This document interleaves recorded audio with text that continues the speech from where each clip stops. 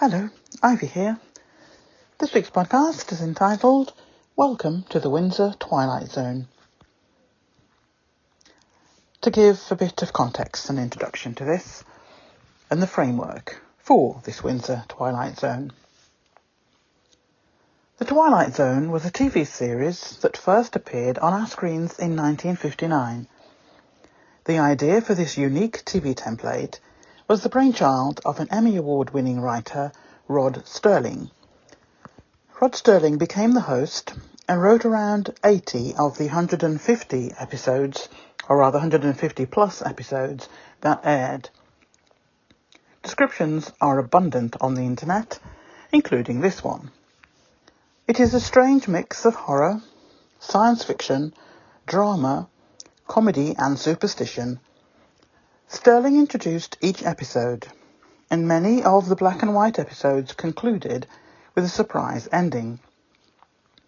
Actors such as Burt Reynolds, Roddy McDowall and Robert Redford made appearances in some of the more well-known stories. The first series ran from 1959 to 1964. The second series ran from 1985 to 1989. In 2019, a new Twilight Zone TV series was developed, based on the 1959 series. The narrator for this new series was one of the developers named Jordan Peele. This new series aired on CBS All Access, and was renewed for a second series part of the way through of its first 10 episodes. The second series ended in 1921. The similarities with the British institution of a monarchy seems very clear to me, but I suspect that whilst many of you have thought of the firm in a variety of ways, perhaps a TV series known for content such as the cocktail I outlined at the beginning of this article was not one of them. When you read through the topics that were subjects in the 2019 series, you may reconsider. Just like the original series, each episode dealt with a different topic, looking at topics such as supernatural occurrences, racism, social issues, misinformation in the press. There is a previous SGUK podcast describing and outlining the differences between misinformation and disinformation. In its simplest form, I use the following words to remind me of the differences. Misinformation is presented as fact because no effort is made to check if it is indeed factual information, whereas disinformation is deliberately deceptive. Never gives details of a source for the information because they know there is none to back up the information presented, and therefore, naturally, it cannot be verified. It is used in the media to distract from more important newsworthy items, and deliberately sends people down rabbit holes of needless discussion, whilst the truth about other matters go under the radar. UK tabloids engage in both, going with whatever will garner the most clicks, which mean engagement and income generation. UK tabloids create news, they do not report on it. The invisible contract between the British royal family will be referred to from now on as BRF in the article, and I'll say it in full for the podcast, and its media has ensured that news is created to distract, rather than bring attention that should be of importance to UK residents. The UK royal reporters love to be in front of the camera and believe themselves to be media personalities rather than gossipers, because believe me, they are not journalists.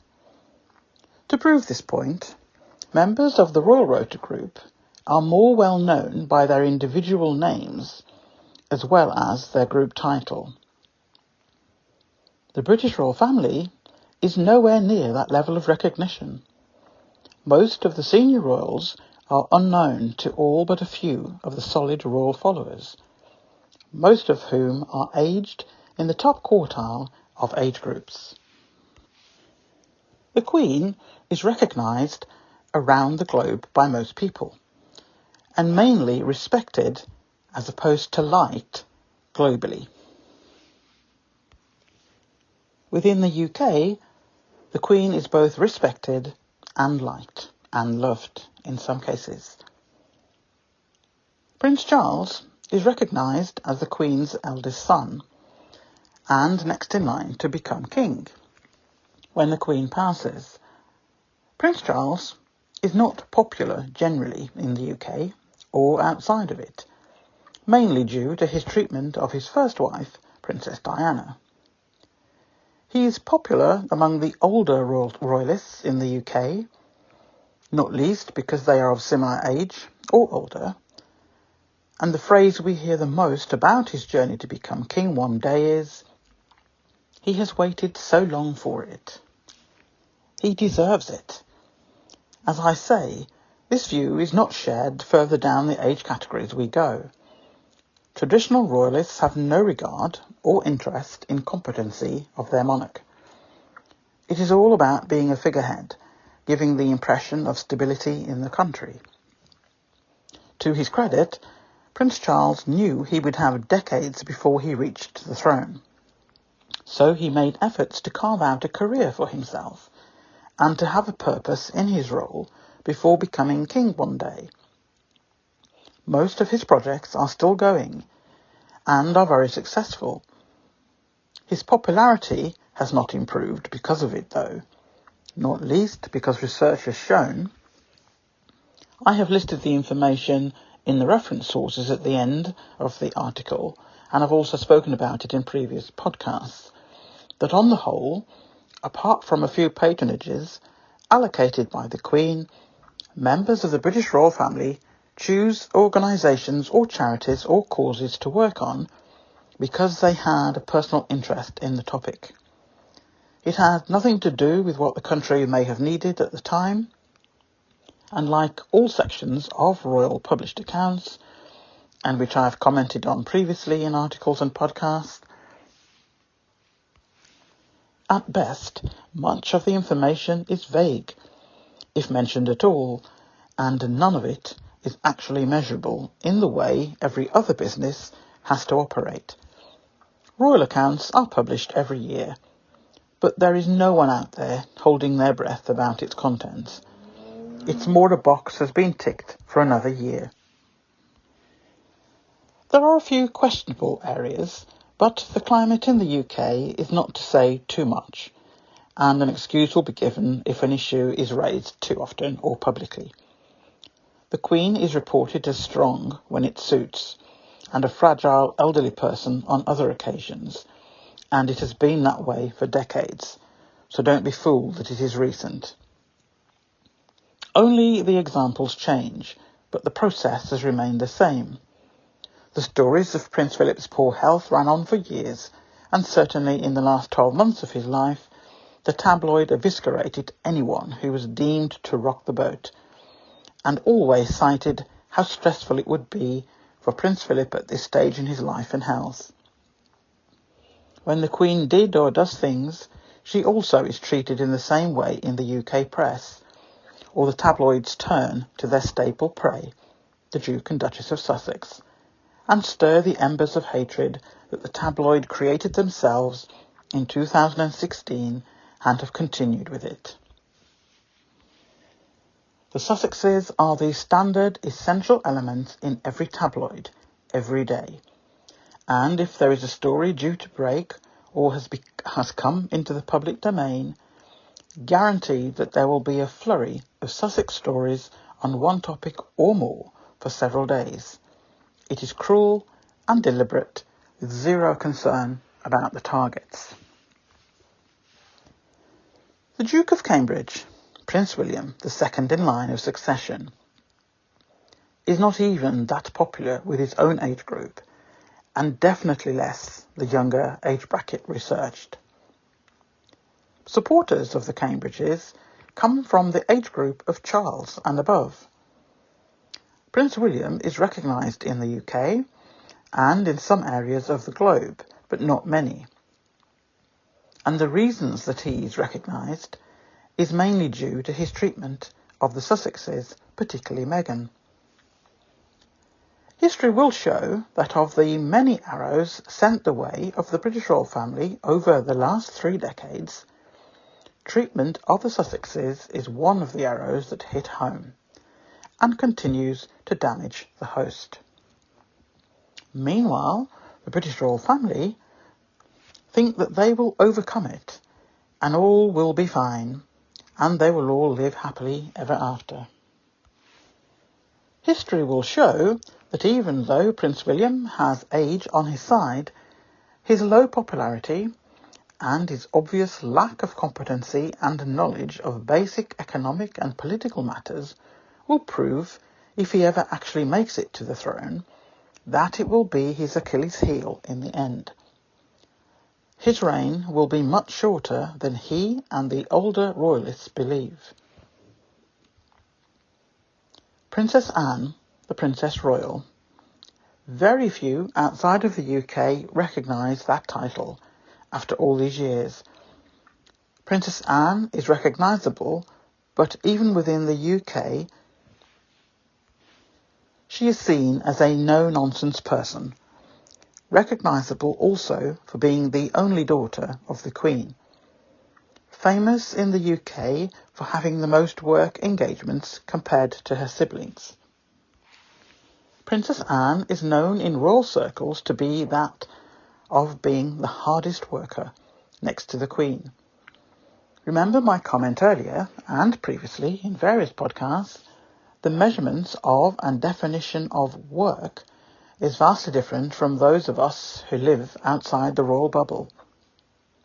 Engagement can be anything from a few minutes to a few hours, so if a member of the British royal family attend a few places in a day, or even in a half day, they are classed as separate work engagements in the total. No one is concerned about the benefit or measurable outcome from such visits.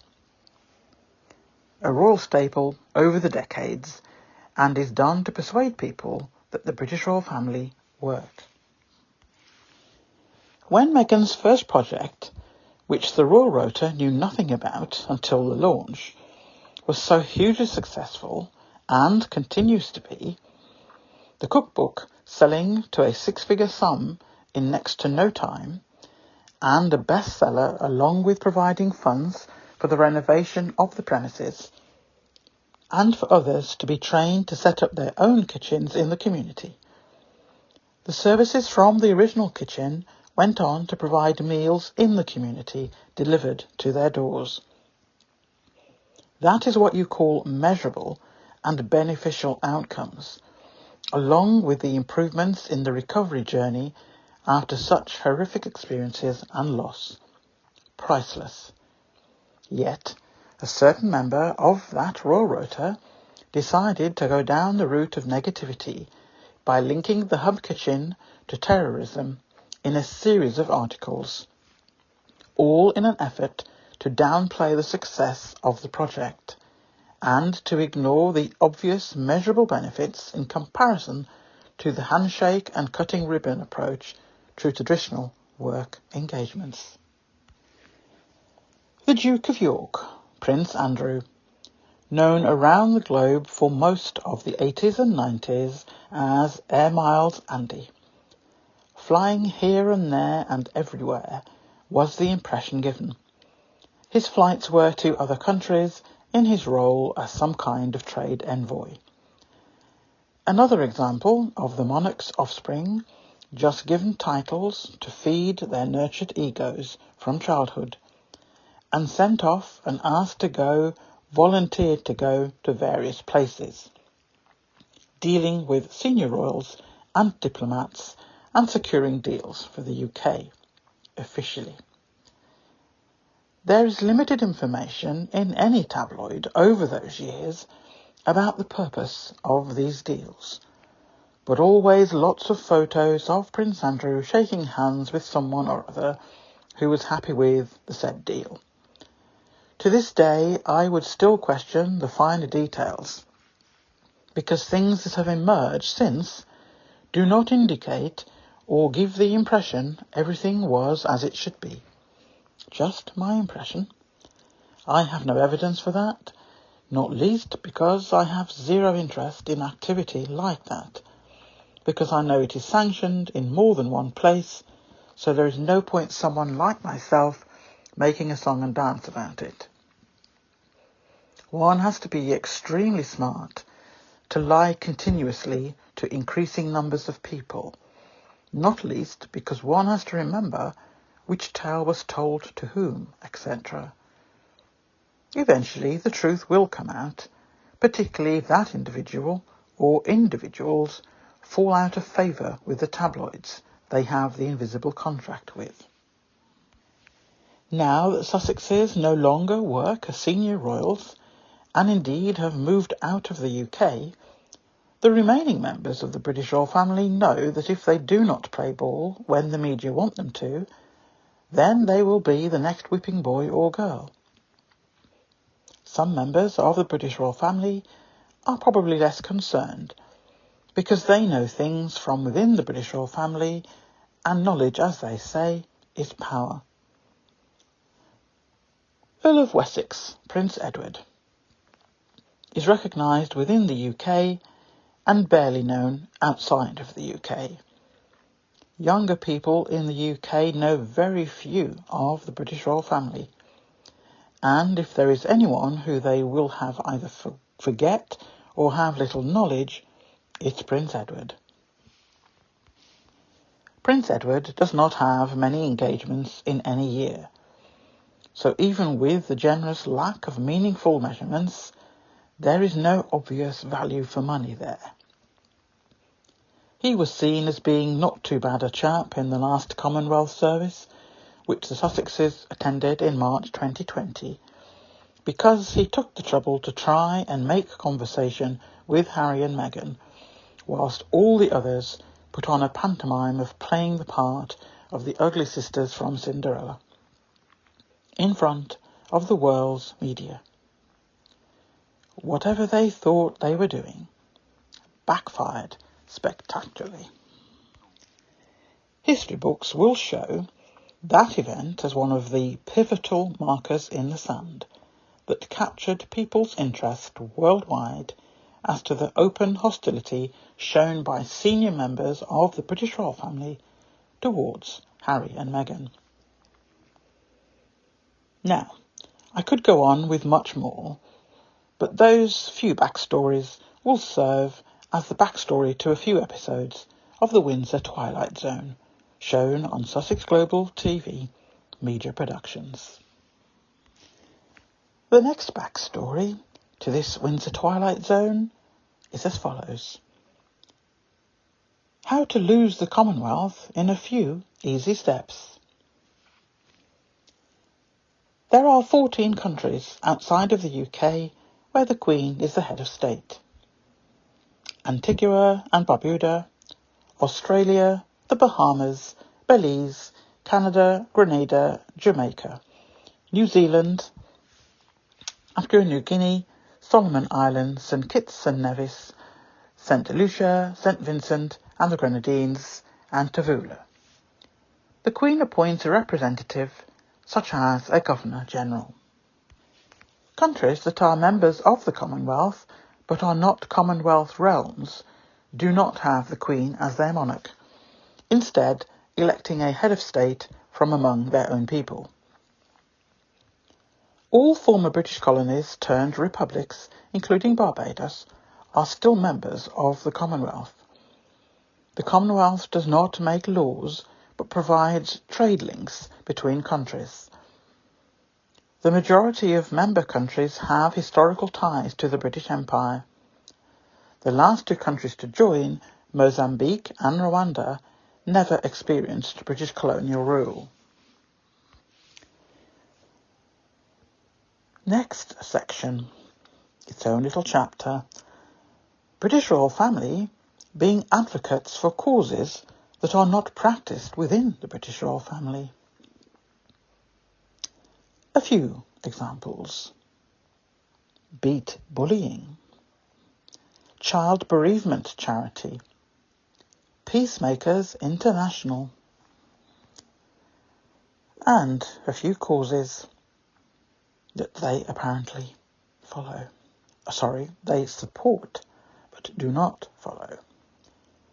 Abuse, bullying, human rights, mental health, just to name but a few. We then have the piece de resistance, the opening of Parliament and the Queen's speech. Prince Charles delivers the Queen's speech on her behalf due to mobility issues. Or, as one person posting on a social media platform said, listen to an unelected bloke standing in for his unelected mum, telling us what this minority elected government is going to do to us. End of quote. Another quote, British people literally on their knees for the royal family. Can't believe getting on your knees in front of a human being is ever necessary. At state opening of Parliament, Prince Charles and former mistress, Prince William and mistress's husband, all there, and people are on their knees for them. Another quote, respect is one thing. Bowing, in my opinion, is an act of worship. That is where these people are losing sight of. Another quote, grovelling for grifters and 3 adulterers. End of quote. Another, they are obsessed with upholding that stuff. So sad and weak. They are not secure in their position. End of quote. Another, they think titles that were created out of thin air to create a caste system in the UK is the be-all and end-all, when it means XXX to us. End of quote. I could have said and given so many more examples, but I think you get the idea. The next section. The twists in the tale of this piece, just like the original Twilight Zone TV series. There was always a morality tale at the end of most episodes, and therefore here I am just going to refer to the earlier points concerning members of the British royal family, and end on a few simple lessons that they all seem to have missed in the last 70 years. In fact, the last 40 years clearly demonstrates that the British royal family have been digging themselves deeper into the detritus that they created. And because they only employ people who tell them every day how fabulous they are and popular, no reflection has taken place and no learning. There is so much I could say about the huge errors made over the decades, but I do not have a media team that survives by protecting me, and the evidence is there about all those ordinary people who dared to have independent thought and how they fared afterwards. The evidence is there about all those people who had resources and wealth, but who also dared to speak against the official lines of the story, including those who are or were members of the British royal family over the centuries. So, I am not going to go there, but I will close this podcast by giving examples of a few incidents that relate to the current British royal family and why they are now experiencing responses that they are not used to hearing or reading about. Despite the usual paid sycophants coming out like killer ants to deny and distract, they are making the situation worse for the British family, not better. The playbook they are using is old and not fit for purpose.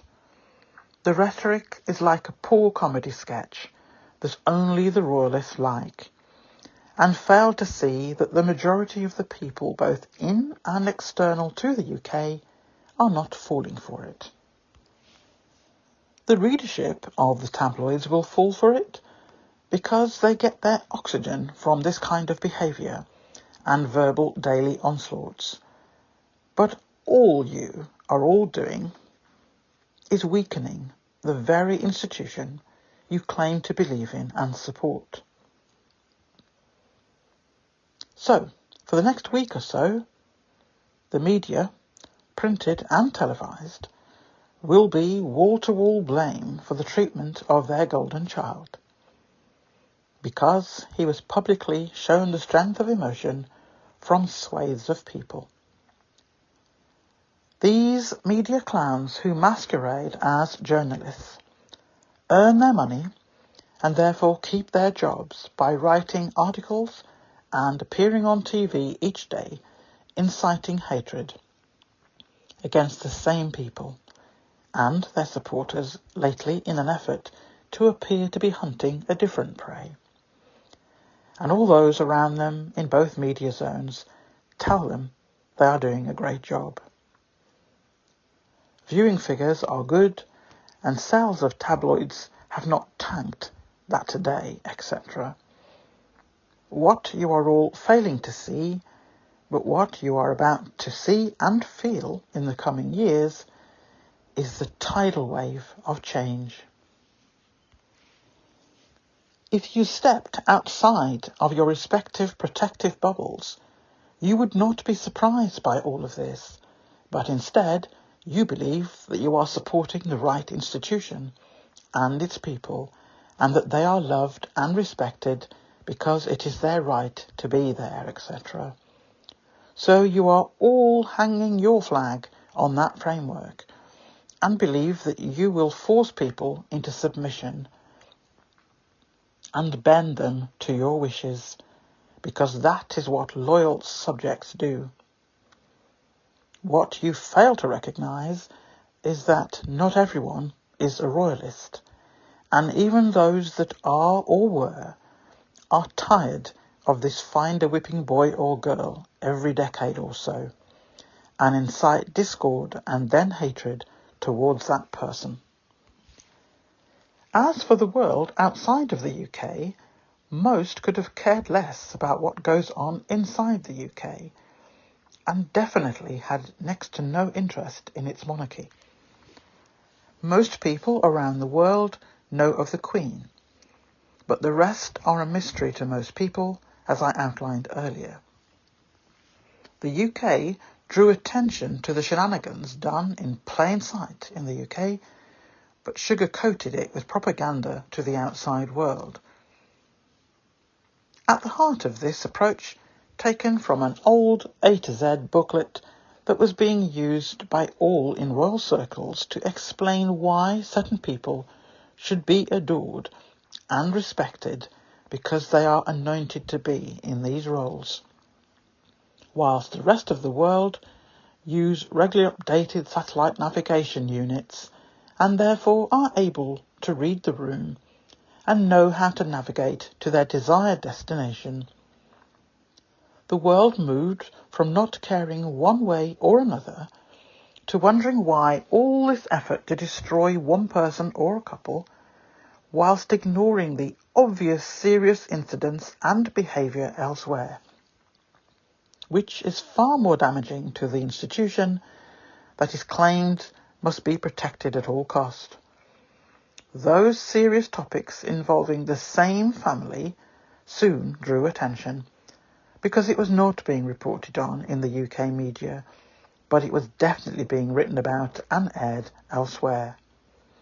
Now, because the UK cannot read the room and are still turning the pages of the old A to Z to find another route, the media mouthpieces continue driving on the same road to nowhere, but it is okay in their heads, because they are using expensive vehicles or flying in private planes or helicopters to go and smile and wave to the less fortunate and tell them they care about them, and then return to their gilded palaces and call those visits work.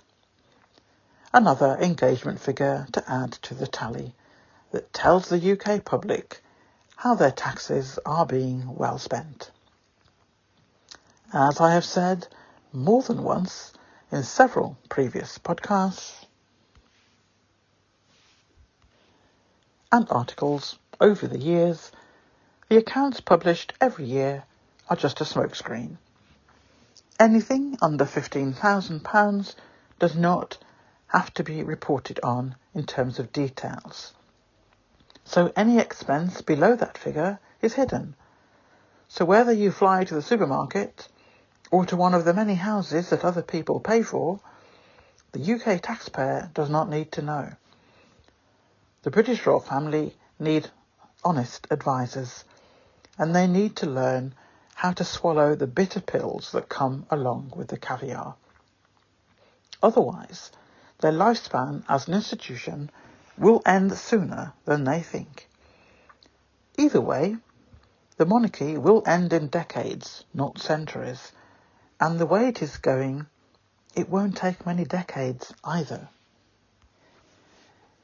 In Twilight Zone style, let's look at the takeaways from this podcast for people within and who provide services to the firm. A couple of quotes from social media platforms again along the way. British royal family never paid any tribute to Dr. Martin Luther King in any part of the Queen's reign. Yet, out of the blue, to commemorate the historical figure and his contribution to the civil rights movement, Buckingham Palace had the band of the Grenadier Guards play Stevie Wonder's version of Happy Birthday during the changes of the Guards earlier this year. Another bullet point, the bad optics from the ceremonial opening of Parliament and all the ridiculous pomp and pageantry that surround that. And lastly, the continued excessive use of the Uber helicopter and private jets just days before their environmental programme won a BAFTA award. The treatment of Meghan, the Duchess of Sussex, right from the beginning, that the UK press embarked upon with their sanction/advice from the British royal family, will be one of the biggest mistakes any monarchy anywhere has ever made. The unexpected ripple effect that the British royal family and its media never once anticipated has hit them like a tidal wave. Their response is to hold up the figurehead monarchy as a reason to accept everything and never question and go along with it out of love for the country, totally ignoring the dangers of inciting hatred, including an important detail that it is against the law. Only the Queen is above the law. The rest of the family are not above the law in most circumstances, but they have been treated with white privilege as though they are all monarchs. The couple, who the institution and its media treated like prey, ultimately had to leave the UK for their safety and their mental health. Now the world, who had been reading about certain things, sat up and took notice. Most of those who believed that the couple were exaggerating their treatment started to inquire from other sources than UK tabloids and began to see another story of events appear. This was the start of the UK media being seen as the main tools of destruction, and the conclusion was that it could only happen with the approval of the monarchy. The silence of the monarchy throughout all the years since the abuse commenced made them complicit. Simple as. The obvious double standards of reporting between the Sussexes and everyone else in the royal family was another nail. The legal process dragging on for years about one member of the British royal family, but barely appearing in UK press. Excuse being that innocent until proven guilty was sometimes used by media pundits paid to give the same line of rhetoric. The world noticed. The treatment of the first black person to enter the royal family, and her treatment started to emerge on international news networks. The Sussex Squad was formed by two very brave ladies when all the onslaught on Meghan really took hold. Most of the early squad members were targeted and treated very badly by media personnel. Over time, a growing number of bots and people started to appear on social media platforms, and the actual humans admitted in some cases that they were paid to post hateful messages. As to who was paying for this, and much more over the years, will no doubt be a future podcast in years to come. Initially, the squad were referred to as bots, but as time went on, the UK media sycophants realised that this was a fast-growing movement, and it comprised of highly intelligent people who were way beyond the media hacks, who were just used to peddling gossip. Now they had a real force to contend with. Every time they started their nonsense and cruelty towards Meghan, and then the media started on Harry too, because he supported his wife. It became predictable whenever there was a less than positive story about a member of the British royal family that an onslaught of distraction stories were made about Meghan, and often with her father's side of the family involved in some way. The international community was watching and reaching conclusions each week. The royal family and its media have yet to learn the lessons from Princess Diana, and how her life was made a living hell, and then her ultimate untimely death. The UK establishment will forever be tainted by all the events relating to Diana, and they will forever be reminded each time they are challenged about something in the future. The treatment of Meghan whilst in the British royal family led to her having suicidal ideations, and the refusal to help, along with royal HR discussing confidential details about the suicidal thoughts with royal reporters, led to them increasing the psychological abuse, not reducing. Receipts exist for this and more. The history books will not be kind about a whole host of things. Every action leads to a reaction, and the squad has receipts for everything. The Sussex Squad has now grown across the globe and exists in almost 90 countries. The support for the Sussexes is unwavering and is a lifetime one. No member is paid for what they do, despite some believing otherwise. All actions are done out of good hearts and fairness. We support every charity the Sussexes support, and many, many more who do similar work around the world. All donations are made by people direct to the charities. The squad promotes the charities and the fundraiser, and the charities themselves receive the funds. The charities receive all monies from whatever source, they receive it direct. That is what you call positive activity.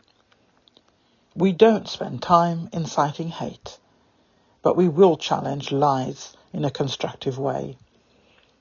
Engagement with haters and media is minimal. In my case, I blocked them all years ago. And as new ones appear and start their nonsense, I block and mute. They rarely appear on my timeline. I have no interest in what they have to say. The How to Lose the Commonwealth tour was doomed to failure. In fact, that model of interaction between the UK and the Commonwealth nations is really the UK hanging on by its fingernails to the remnants of the old empire. Colonial thinking through and through.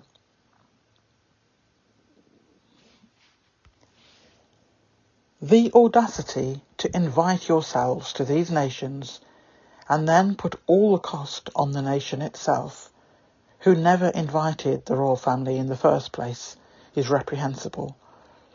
This most recent one, some of those nations told the royal family they did not want to visit, but in the old colonial style, the royal family went anyway and made them pay for the privilege. The optics of the Jamaica visit and the whole basket of entitlement that the UK landed in planes in places where they were not welcome was astounding.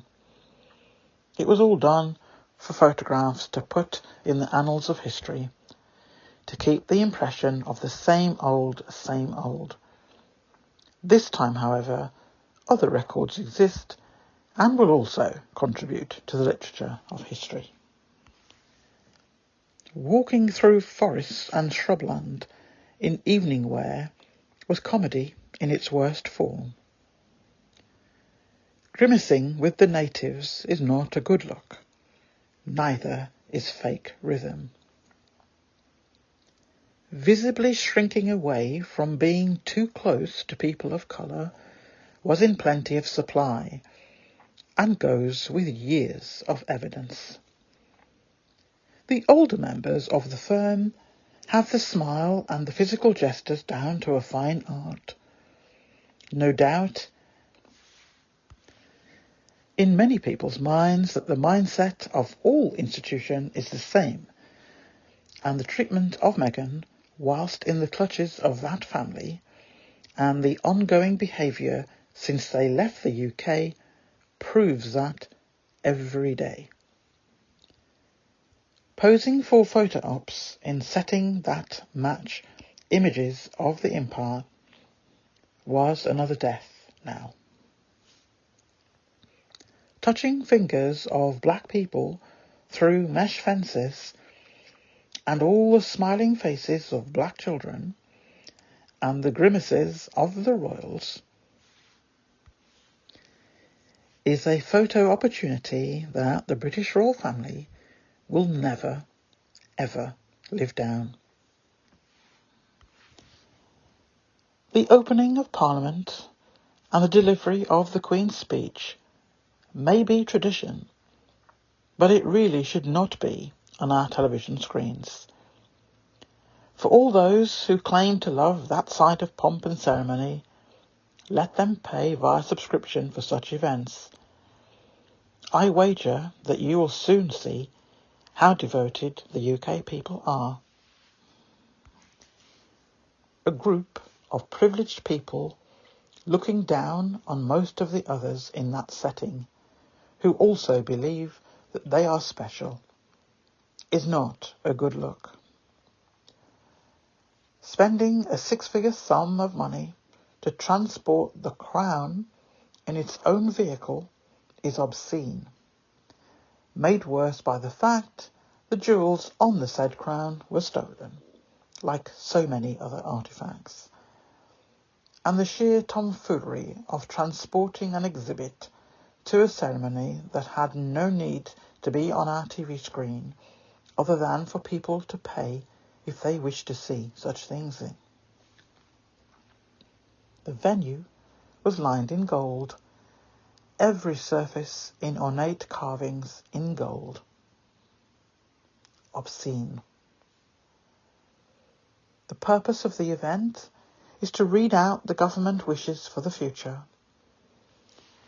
For example, changes in the UK's adherence to human rights as it wishes to water down its commitment to it. Refers to restrictions on protests in the future is another element. And let me just make this clear here. I did not watch that ceremony. Like I don't want anything to do with any of that side of things. I'm going on photographs and reports. I do not watch anything of that nature. I object to it and it goes against my principles, and I gave up my TV licence in 2017 and have no regrets, and I will never, ever replace it. The pretence of this process is that the monarch and the government are separate, and the monarchy is there to merely read out the instructions of the government. If that is true, it begs the question as to the purpose of the monarchy. If in reality it is the government who decides, then it is a very expensive way to have a narrator. If it is a joint decision, it still opens up all kinds of questions for the need to have a superfluous, unelected group of people involved in government affairs. Unelected and with no proof of competence, but who can have laws made where the monarchy is exempt from having to adhere to it, such as equality and diversity legislation, and not to mention environmental requirements. The monarchy just recently were awarded a prize for an environmental project that the monarchy itself does not have to adhere to. It is a strange way to bring all this attention to matters that do not impact the privileged, but have enormous privilege with those, and in comparison to those who are struggling to live from day to day. So we have people who are privileged, given enormous privilege, reading out things that will have an impact on those who are not privileged. Where is the sense in that? Choosing to publish a photo of the second in line of succession being hugged by a homeless person, from all the photos that were no doubt taken on that day, someone decided to choose and to use that one. If the thought was to show how compassionate the British royal family are, it backfired. Yes, it did show less of a grimace with the physical contact, and there were no chain fences, but it all seemed rather forced in the photo, and it does not alter the fact that the couple concerned arrived and left in their private helicopter for a journey that would have taken approximately an hour by car. And I am assuming that the homeless man was still homeless after they left. Optics. Not a good look. I have added the following item at the last minute, so I'm not going to say much here other than the one member of the British royal family who its media continuously report that he is constantly incandescent with rage is not doing him a favour. Quite the opposite, actually. Recently, the said royal was booed publicly at a football match. This protected person is only surrounded by people who tell him what he wants to hear. So I imagine it was somewhat of a shock that people were not respectfully silent. Far from it. The image I saw, he looked very angry indeed. The official reports in papers are stating he was crying. Yeah, right. Now the media offensive, using that old A to Z book that is falling apart, had one royal reporter asking, what is happening with that report about Meghan bullying her staff? They really think they are doing something here. First of all, that same royal reporter was the same individual who, in the week before the Oprah interview, decided to announce that there was a bullying investigation about to start relating to Meghan's treatment of her staff. Yeah, the timing. They really think they are doing something here. A bullying report that was claimed to have started days before the Oprah interview, and in fact that there was a file from 2018. And here we are, or at that time, with the Oprah interview, it was 2020.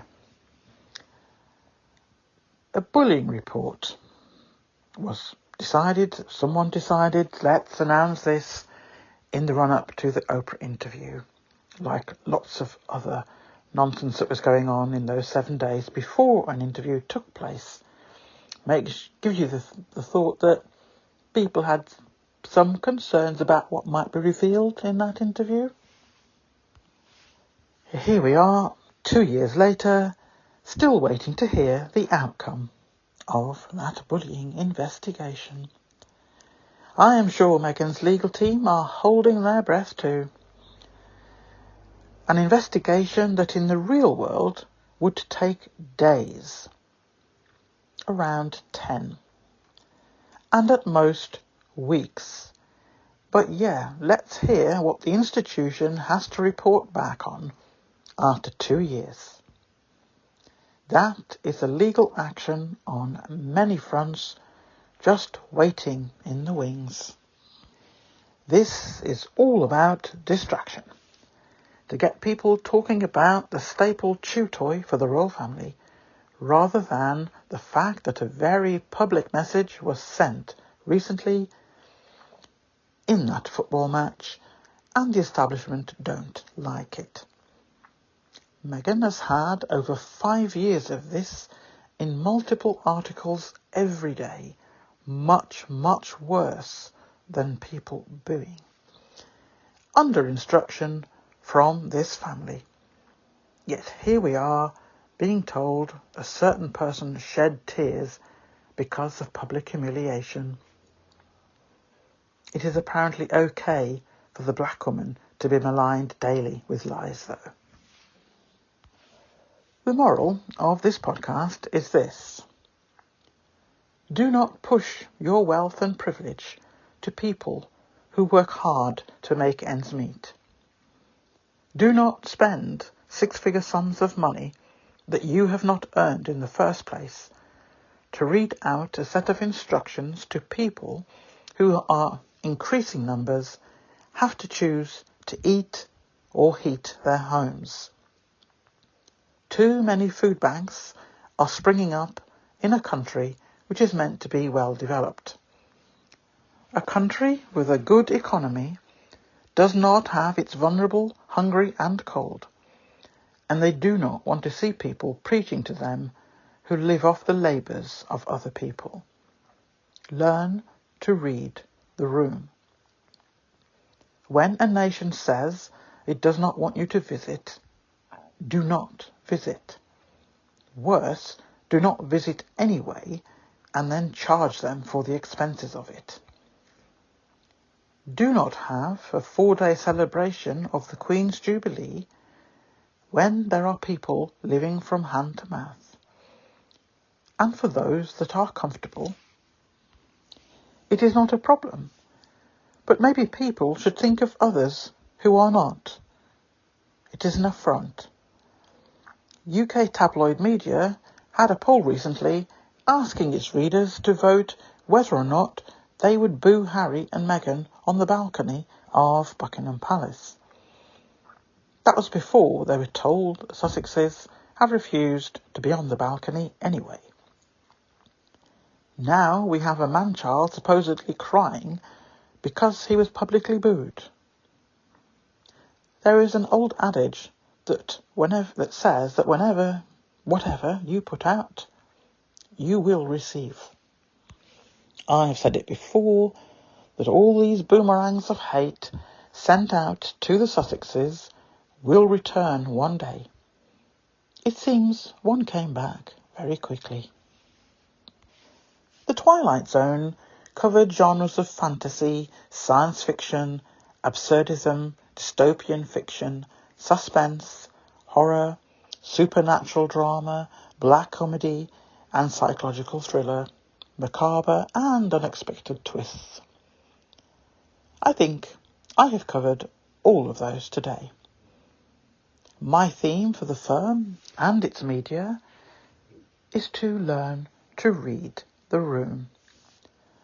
The behaviour in the Commonwealth Service in 2020 was the tidal wave of opinion changing and moving quicker in support of the Sussexes because of the nature of treatment towards them, when they had done nothing wrong other than choosing to leave and be self-financing.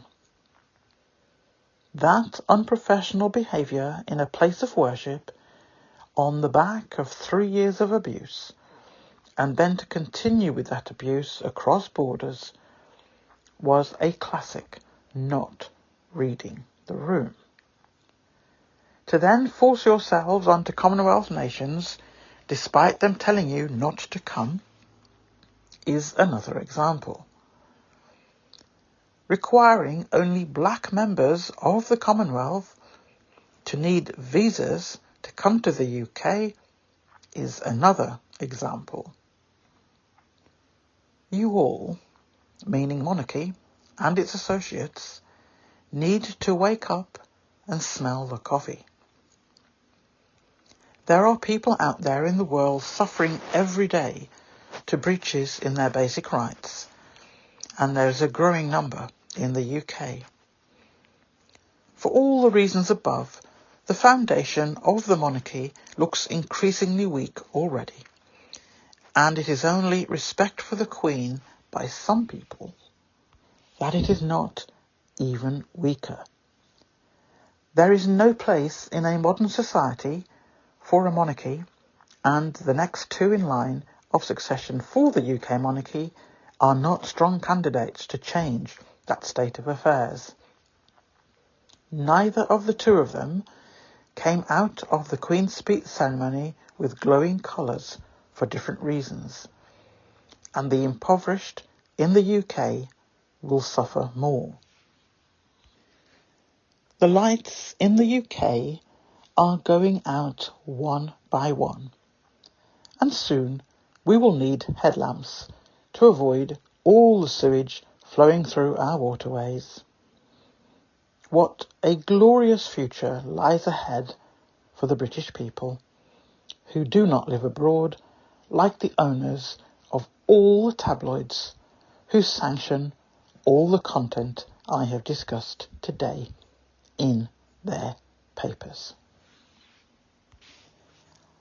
I have decided not to use any slides, any video footage for this podcast. I think the message within it is serious enough for just the audio.